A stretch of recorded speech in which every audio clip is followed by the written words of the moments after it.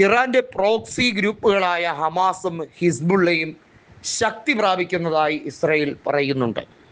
അതായത് പ്രോക്സി ഗ്രൂപ്പുകൾക്ക് താവളങ്ങൾ ഒരുക്കാൻ ഇസ്രായേലിന്റെ ശത്രു രാജ്യങ്ങൾ പരമാവധി കൈകോർക്കുകയാണ് എന്നും ഇസ്രായേൽ അവകാശപ്പെടുകയാണ്.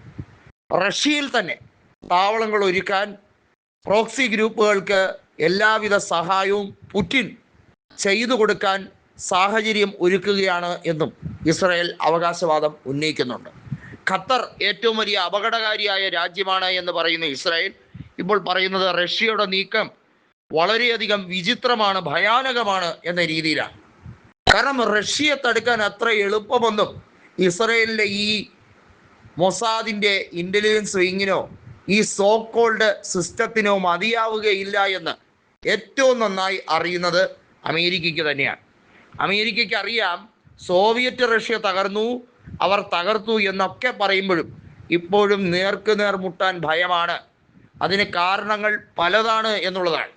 റഷ്യയെ ചിലപ്പോൾ ഒളിമ്പിക്സിൽ നിന്നോ ഫുട്ബോൾ അന്താരാഷ്ട്ര ഫെഡറേഷനിൽ നിന്നോ മറ്റ് എന്ത് കായിക വിനോദ സംഘടനകളിൽ നിന്നോ വിലക്കിയേക്കാം. പക്ഷേ റഷ്യ ആസ് എ നേഷൻ, ഒരു രാജ്യമെന്ന രീതിയിൽ റഷ്യക്ക് ഇവരുടെ ആരുടെ അച്ചാരം വേണ്ട. എന്ത് പ്രവർത്തിക്കണമെങ്കിലോ എന്ത് നീക്കം നടത്തണമെങ്കിലോ സുരക്ഷാ സമിതിയിലെ ഒരു സ്ഥിരാംഗമെന്ന രീതിയിലും അതുപോലെ തന്നെ ഈ GCC രാജ്യങ്ങൾക്ക് കൃത്യമായിട്ടുള്ള സാഹചര്യങ്ങൾ അല്ലെങ്കിൽ അഭിപ്രായങ്ങൾ പറഞ്ഞു കൊടുക്കുന്നതിലും റഷ്യ എടുക്കുന്ന നിലപാടുണ്ട്. സൗദി എടുക്കുന്ന നിലപാടുകളെ റഷ്യ വിമർശിക്കുന്നത് എന്തുകൊണ്ടാണ്? റഷ്യക്ക് നന്നായി അറിയാം സൗദി സഞ്ചരിക്കുന്നത് തെറ്റായ വഴിയിലൂടെയാണ്.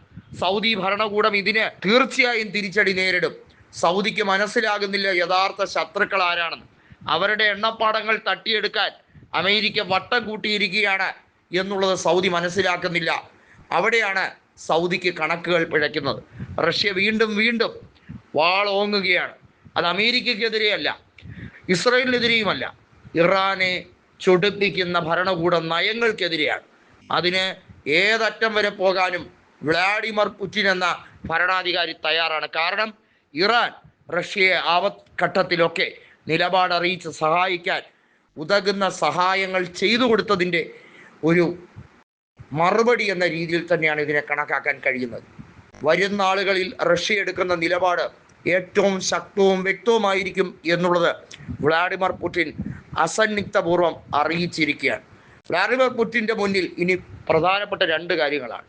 2036 വരെ, അതായത് ഇനിയും ഒരു ദശാബ്ദത്തോളം കാലം അധികാരം കയ്യിലിരിക്കുന്ന പുടിന് ഡൊണാൾഡ് ട്രംപിൻ്റെ മണ്ടൻ സിദ്ധാന്തങ്ങളെ പൊളിച്ചെടുക്കാൻ അധിക സമയമൊന്നും വേണ്ട.